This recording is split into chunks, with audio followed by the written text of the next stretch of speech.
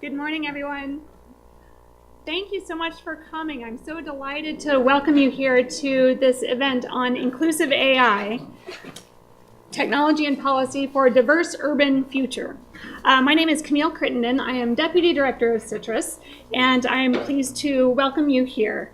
The Inclusive AI project is really a collaboration between two of the research initiatives here at Citrus, between Connected Communities and the People and Robots initiative, which you'll hear a little bit more about.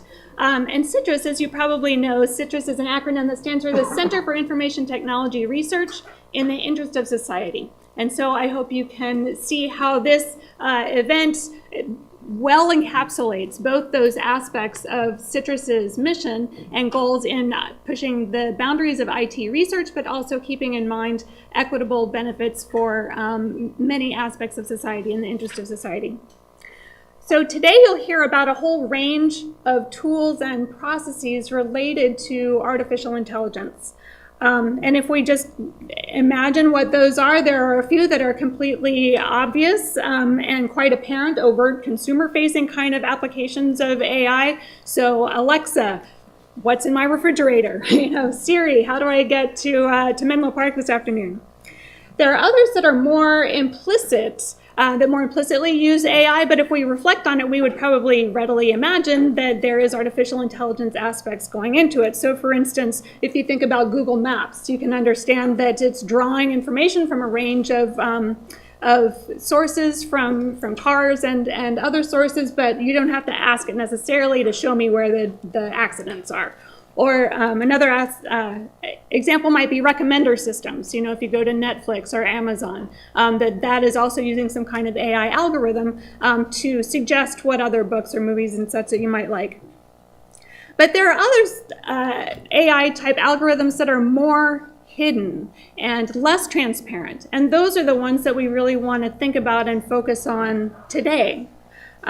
Many of these algorithms are being used by companies that might determine your insurance rates or whether you're offered coverage at all. It might determine what kind of job opportunities you see on online websites. It might affect whose political views you see in your social media feeds. And it could affect, say, sentencing guidelines or where the police are patrolling or what kind of profile of person that they're looking for. So those are some kind of negative aspects of AI that we want to interrogate, but at the same time we also recognize that there are certainly valuable and still, for the most part, hidden applications of AI. So it might also be the case that there would be programs that would help to identify cancers more quickly, or they can help to read x-rays and deliver health care in a more efficient way. They might help to detect fraud or protect our privacy and identity that way, or improve our online educational experience by tailoring responses and things that we need in a way that wouldn't be possible in a one-on-one kind of situation. Some of the world's leading researchers on artificial intelligence, machine learning, machine vision, neural networks, and all of these cutting-edge technologies that you'll hear more about today have their offices here at UC Berkeley. And in fact, in this very building, many of them are here on the 6th and 7th floor. And so you'll hear from them. And of course, more broadly, Silicon Valley and other universities who are represented here. This is really the hotbed of development of this technology. And we're really grateful for the contributions of these researchers today. As I mentioned before, though, Citrus is really also keenly interested and feel the obligation to not only push the boundaries of IT, but also to consider the broader social implications of these developments. Are the benefits of new technology being equitably distributed? Are we reducing or reinforcing social bias? This requires an interdisciplinary kind of approach, and so we also will hear from economists and from social science researchers and from practitioners who have seen the effects of some of these systems firsthand. So I'll wrap up quickly here by saying we're just really pleased and honored to have the participation of so many esteemed speakers and guests, as well as you in the audience. I know that many of you are experts in your own right, and we really look forward to a lively discussion throughout the day. We'll be having questions on note cards made available for the keynote speakers and the panelists, so feel free to write out your questions, and we'll hope to engage you in a dialogue. I want to thank the speakers and panelists, and also to our primary sponsor, Microsoft. We're really delighted to continue this partnership with Microsoft, and I will turn the podium over to my colleague, Scott Mulvey.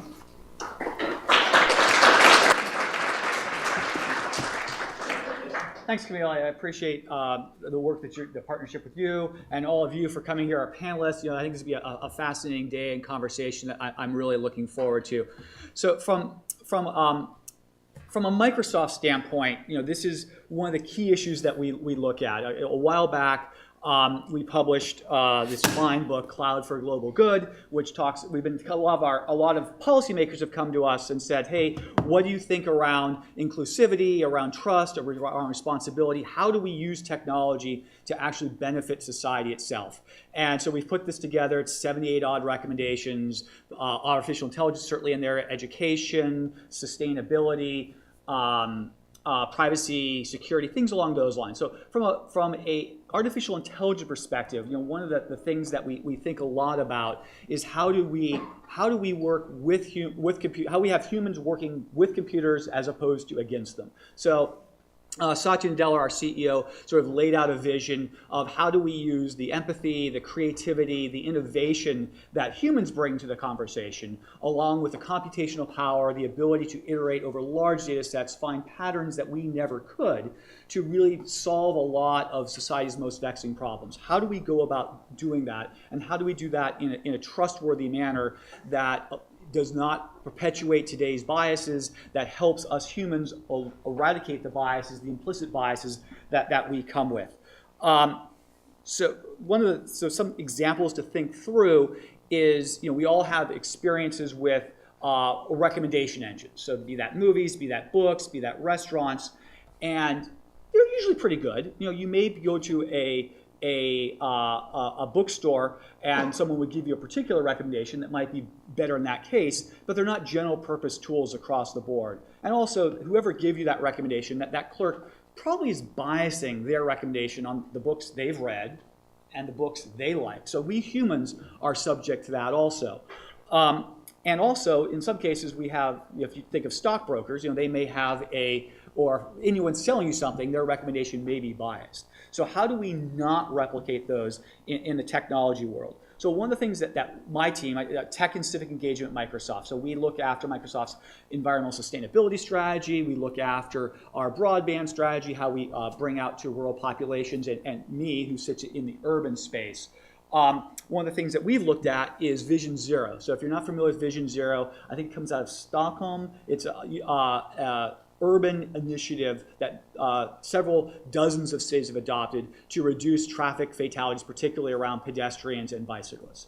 So we've worked with DataKind, which is a nonprofit that works on data science for social good, and to bring machine learning algorithms to this Vision Zero space. So really, for the first time, we're able to get public-private data sets, merge them together, bring machine learning that and really look for patterns and be able to build data-driven policy that we hope will save lives coming out of that. So those are some of the good things that machine learning can do. We've also seen of the dark side of it. We saw image search engines where it categorizes dark-skinned people as gorillas. We've seen cameras that have identified people of Asian descent as blinking for flash. If you go to your favorite search engine and you type in CEO for image search, you'll see a bunch of mainly middle-aged white men. Bing, fortunately, does have a woman. Sadly, it's CEO Barbie. So the first two are reasonably, we understand what went wrong. It was a bad training set. It wasn't an inclusive training set. The second one's really kind of harder. When do you trade off a social norm? We want to show everyone pictures of CEOs so that people that looking at could imagine themselves being that CEO, versus this is what a CEO today looks like. How do you balance that? Who gets to make that decision? Who encodes those social norms? So what we do is we leave the data as it is, but we put suggested searches, and we put suggested search women CEOs, female CEOs. Oddly, we don't put male CEOs. We don't need to suggest that to people. So that's some of the downside of it. And this is all happening in a sort of post-truth world. There's skepticism of science.